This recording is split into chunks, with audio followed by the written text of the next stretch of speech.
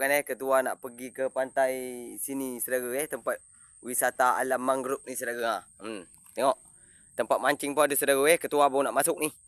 Dengan pasutnya apa? Tentulah hiu pasut tambahannya bukan senang nak senang awak. Tentulah hiu itu lampu dah ada dah. Alhamdulillah dah buka dah saudara. Jadi ketua nak masuk nak tengokkan suasana dalam tu saudara tempat mancing tu siap atau belum. Itu pula kadang tu saudara. Ini dia kami pergi bersama Kelana dan ramai-ramai kawan yang lain.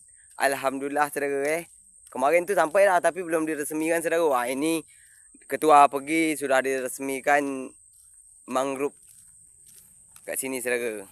Wisata di Penebal ni. Kan kita tengok kat sana saudara Ini dah sampai dah saudara tengok. Berdelau. Tengok dah buka dah. Ini dia ketua dah masuk situ tadi. Ini panjang saudara dengan pasutnya apa? Tentulah hiu pasut tambahannya bukan senang nak senang awak. Kami pergi dengan Kelana saudara. Kalau di situ tempat mancing tu saudara. Kalau sana Togok tu tempat mancing.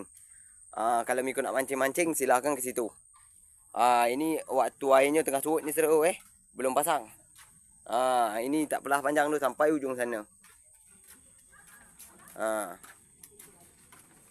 Ramai juga orang dah ke sana dah saudara.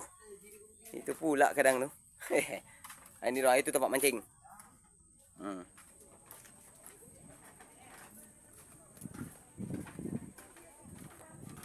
Itu ramai tak belah tu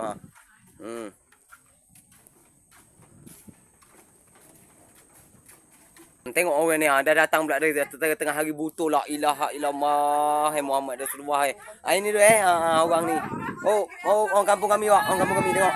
Apa kata? Bila datang lama dah pak? Kak. Alhamdulillah. Dedap lagi dedap. Yo. Aku ke sana dulu kejap. Kak yo.